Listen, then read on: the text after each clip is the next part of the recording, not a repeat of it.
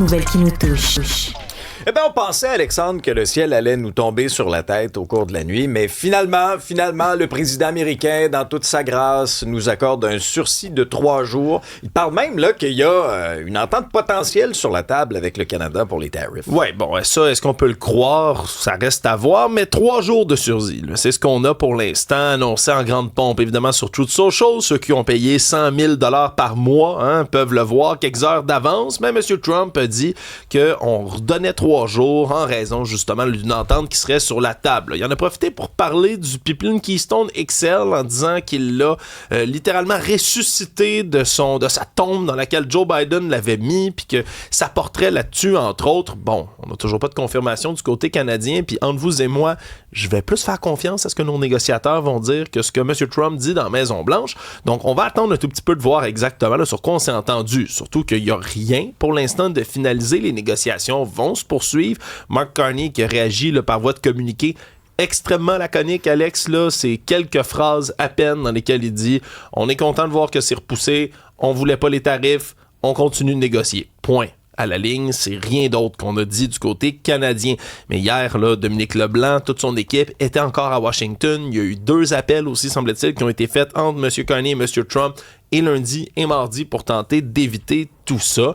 Mais c'est surtout, Alex, quelque chose à laquelle on a été tellement habitué que on était rendu au point où on l'évoquait. Toute la semaine, on l'a dit. Est-ce qu'on va avoir un taco? Trump always chickens out. Est-ce qu'il va reculer encore une fois sur ça comme tactique de négociation? Ben, c'est exactement ce qu'il a fait finalement.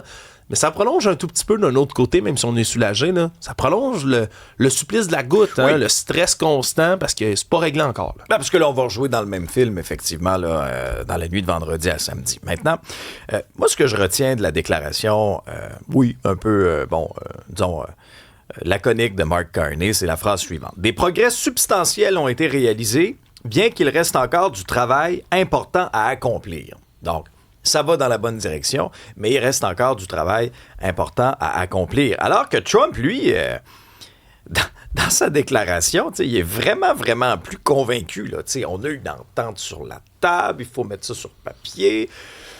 Bon, est-ce que c'est une stratégie, encore une fois, au niveau des Américains? Pour ce qui est de Keystone XL, dans ce cas-ci, ce pipeline-là, c'est vraiment, effectivement, Biden là, qui avait retiré le projet, parce que ce pipeline-là, d'à peu près, c'est immense, le Keystone XL, là, 2000 km, transporter 830 000 barils de pétrole par jour entre l'Alberta et le Nebraska.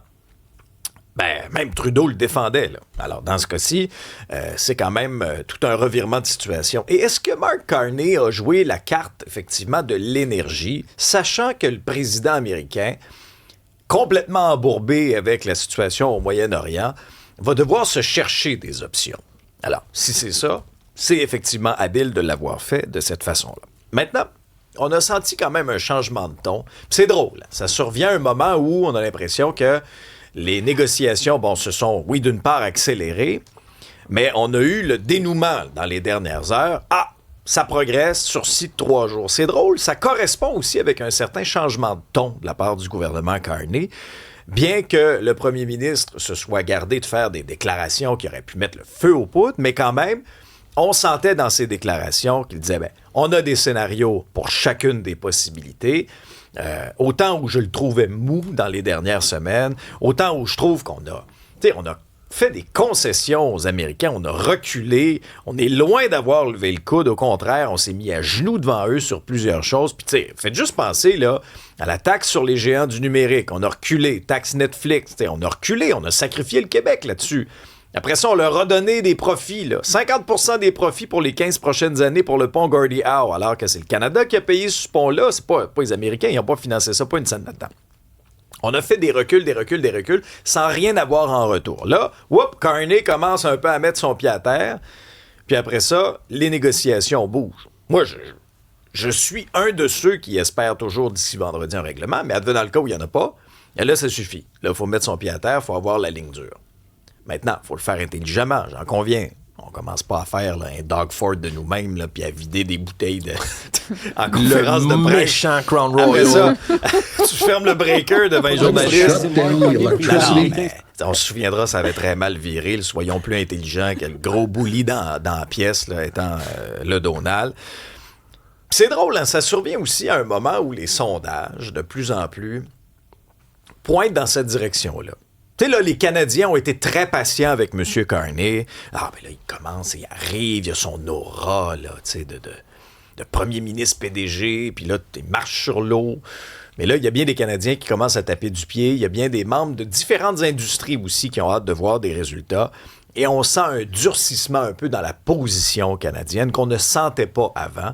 Et moi, je pense pas que c'est étranger un peu à ce qu'on voit dans les différents sondages. Il avait perdu des plumes, entre autres au Québec, mais pas juste au Québec. Il y a une certaine lassitude de l'approche un peu molle du premier ministre Carney.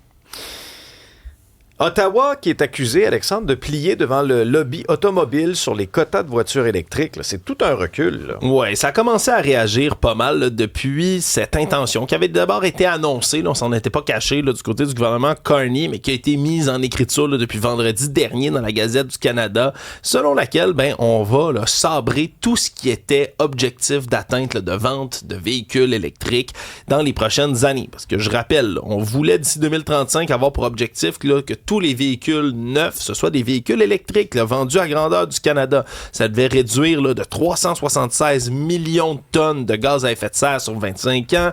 On devait là, faire toutes sortes de changements. Ça n'aura pas lieu. On sabre ça au grand complet. Même la Gazette là, dans laquelle on a publié tout ça, on dit que ça va faire des dommages mondiaux potentiels liés au changement climatique pouvant s'élever à 90,3 milliards de dollars. C'est l'estimation du gouvernement qui sabrent eux-mêmes leur cible d'atteinte de véhicules électriques. Et là, le problème, c'est que tout ça, ça devait venir quand on l'avait annoncé, laissé flotter tout ça.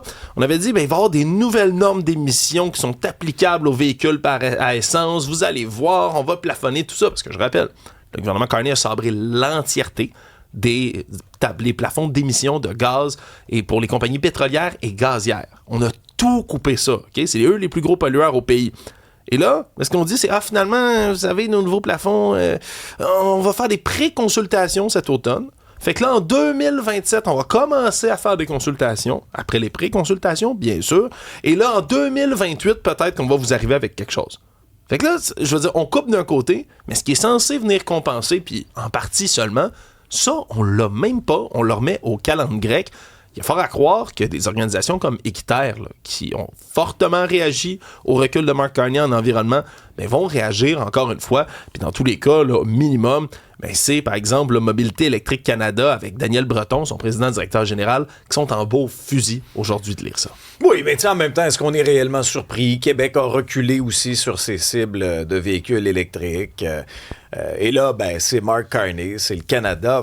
Je veux dire, on va pas se compter d'histoire ce matin. Là. L'industrie automobile, correct, le Canada, on a un poids, mais c'est un poids négligeable comparativement à certains autres pays à travers le monde. C'est pas le Canada qui va dicter la tendance. Là. Moindrement que tu as un voisin au sud de la frontière, drill, baby drill, puis que, tu sais, oubliez ça, là, on n'est plus du tout dans le coup. Maintenant, moi, je trouve que dans les dernières années, on a effectivement manqué beaucoup de cohérence en lien avec ça. On a mêlé tout le monde, on a mêlé les consommateurs, on a mêlé les concessionnaires automobiles.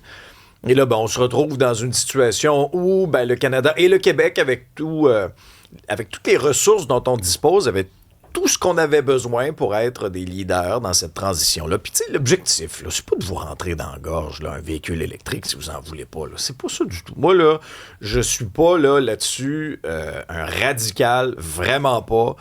Si vous en voulez un, tant mieux pour vous. Si vous en voulez pas, si ça ne cadre pas avec vos besoins, votre réalité, libre à vous aussi, là. Je veux dire, moi, à la maison, on fonctionne avec une espèce de système hybride. Oui, j'ai un véhicule électrique, mais j'ai aussi accès à un véhicule à essence quand j'en ai besoin et c'est parfait comme ça. Alors moi, là, je suis vraiment pas un radical là-dessus. Je constate, par contre, le manque de cohérence de nos gouvernements dans les dernières années, si bien qu'on a nous-mêmes freiné un peu notre élan parce qu'on s'est fait beaucoup influencer par les préférences du Donald. Revenons sur cette annonce notamment du Parti québécois et de Paul Saint-Pierre Plamondon qui a reprécisé à nouveau le calendrier référendaire. Et il y a un exercice intéressant de notre collègue Rémi Nadeau dans le journal, là, qui s'assoit avec tous les chefs de parti. Ben, aujourd'hui, c'est Paul Saint-Pierre Plamondon. Puis là, il demande au chef, c'est quoi tes 5 priorités? Oui. Puis là, tu t'attends à avoir la souveraineté dans les 5 priorités? Non. Finalement, non. On met pas la souveraineté là-dedans. Il dit, regardez, on a sorti un livre bleu. Là-dedans, je détaille tout ce qui se passe à la souveraineté. Allez le lire si ça vous tente. Pour le reste de la campagne électorale, on va parler de d'autres sujets. Hein. Puis c'est vraiment le ton que donnait Paul Saint-Pierre Plamondon hier, à la fois dans son annonce, aussi dans l'entrevue qu'il est venu faire ici là, avec Nicolas Duvernois. Hier, c'est en rattrapage d'ailleurs sur Cube, si vous voulez aller écouter tout ça. Puis il explique que lui veut pas entendre parler là, sans cesse juste de l'épouvantail du référendum pendant toute la campagne électorale. Il dit, on va faire la preuve qu'on est un bon gouvernement en premier, puis après ça, on va vous amener le référendum. De toute façon, on attend que M. Trump parte. Ça, c'est pas avant, c'est 2029, si je ne m'abuse, dans le 20 janvier 2029. Et là, il dit, regardez, moi, à la place, c'est contrôle des dépenses, modèle d'intervention économique, coût de la vie, santé, immigration, identité. C'est ça, ces 5 thèmes sur lesquels il veut faire une campagne. Puis, c'est entre autres dans le contrôle des dépenses là, qu'on a quelque chose d'intéressant, puis en intervention économique. On sait que le Parti québécois a été extrêmement critique des investissements de la CAQ et ou de l'équipe Christine Fréchette dans les dernières années. Hein. On se souviendra de la filière batterie, de tous les rapports qui en sont revenus, le fiasco Saclic, mais aussi les grosses sociétés qui ont été créées par la CAQ, entre autres Santé Québec, hein, qui était le bébé, souvenez-vous, de Christian Dubé. Mais là, on dit du côté de Paul Saint-Pierre Plamondon qu'on couperait là, ni plus ni moins Santé Québec, on le ferait disparaître complètement. Il dit, regardez, en moins de 2 ans, c'est une structure qui est déjà là, coûte plus de 40 millions par année que ce qui était prévu. On a augmenté de 70% son nombre d'employés. Il n'y a aucune justification pour ça. Il dit donc qu'on sabrerait tout ça. On vise peut-être même aussi à couper Mobilité Infra-Québec, hein, une autre structure créée par Geneviève Guilbeault. Ça, c'était pour gérer les projets de transport. Ça, il n'y a pas confirmé ou infirmé qui sabrerait là-dedans. Mais c'est ce genre d'espèce de création de la CAQ, d'organismes paragouvernementaux qu'on aurait dans le viseur. Mais c'est parce qu'il y a quand même 1100 employés du côté de Santé Québec. Qu'est-ce qu'on ferait avec eux? Tu parles de transport, je vais juste faire une petite parenthèse en dernière heure. Là. Il y a une interruption de service pour le REM ce matin. Alors, est-ce que c'est parce que c'est à cause de la rosée? Est-ce que c'est parce que le REM a le vent d'en face? Mais c'est de Brossard à Gare Centrale. C'est beaucoup. Oui, il est 6h18. Alors, ça va être une belle rentrée au boulot. On va garder un œil là-dessus. Bon, pour Santé Québec, moi, je reste à être convaincu des bienfaits de Santé Québec. Là. Moi, là, quand on nous arrive, on nous crée une autre patente avec encore plus de gestionnaires puis de fonctionnaires. Puis après ça, là, que dans le concret, là, est-ce que vous avez davantage accès à un médecin de famille? Est-ce que vos délais en chirurgie ont réellement augmenté? Quand vous allez à l'urgence, est-ce que vous attendez moins longtemps? Bon. Puis parallèlement à ça, on nous crée une patente avec des gestionnaires. Puis, souvent, là, on parle de Santé Québec, pas toujours pour les bonnes raisons, là. C'est souvent parce que là, la chicane est poignée, puis là, il y a un gestionnaire qui s'en va, puis après ça, le CA, il y a du changement. Puis... Alors moi, je reste à être complètement ébloui par Santé Québec. Maintenant, pour ce qui est des grandes priorités, c'est sûr que quand on regarde l'appui à la souveraineté, ça ne pouvait pas être la question de l'urne de la prochaine élection. Puis on le sait, là, quand Léger avait sondé, souvenez-vous, là, on avait parlé de ça il y a quelques jours, là, les priorités, là, c'était santé. Après ça, c'était toute l'enfilade, coût de la vie, économie, finance. Ça occupe une grande partie, si bien que je vous ai fait une prédiction. Ça va devancer la santé dans la prochaine élection. Je suis convaincu de ça. Convaincu que ça.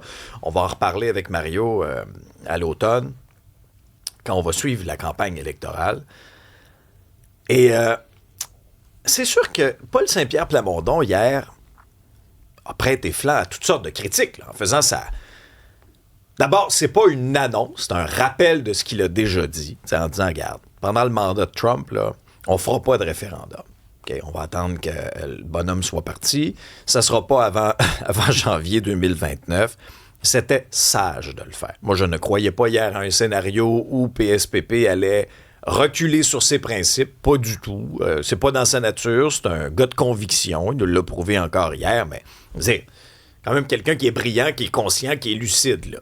T'sais. Et après ça, les oppositions, c'était clair comme de l'eau de roche que les oppositions allaient miser là-dessus en disant « Ah ben oui, mais là, vous allez prolonger l'incertitude. Hey, là, ça ne sera pas juste sur 6 mois, 1 an. Vous allez tirer ça sur 3 ans. C'est donc terrible. » Ce que PSPP a fait hier, c'était lucide de le faire, à mon sens. Ça démontre quand même un pif politique.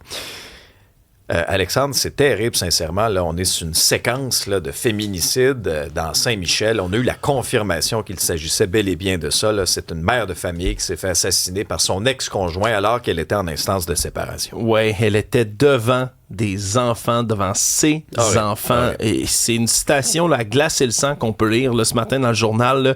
Il y a du sang, mon papa a tué ma maman. C'est comme ça que l'aîné des 3 enfants est allé là, présenter la situation au voisinage, là, alors que pendant ce temps-là, le meurtre avait lieu, le féminicide avait lieu. Puis il faut le souligner avec ce terme-là, parce que là, c'est 2 féminicides. Là. 2 féminicides dans des contextes conjugals. Puis c'est encore une fois de trop, un homme qui refuse d'accepter une séparation, puis qui se dit « Hey, la meilleure solution, c'est sûrement de tuer la mère de mes enfants puis d'essayer de m'enlever la vie. » C'est une situation horrible. Beethoven Étienne, pour ne pas le nommer, qui lui, en ce moment, là, est dans un état critique à l'hôpital. Il y a des blessures causées par arme tranchante. On n'est pas certain encore là, s'il s'est infligé lui-même les dégâts ou pas. Mais dans tous les cas, Kerlyn Jean, 41 ans, elle, est décédée. Elle s'était déplacée avec ses enfants, avait fui la violence conjugale. On parle d'un autre cas. Mais on l'a pas protégé. Dans lequel la police est intervenue plusieurs fois.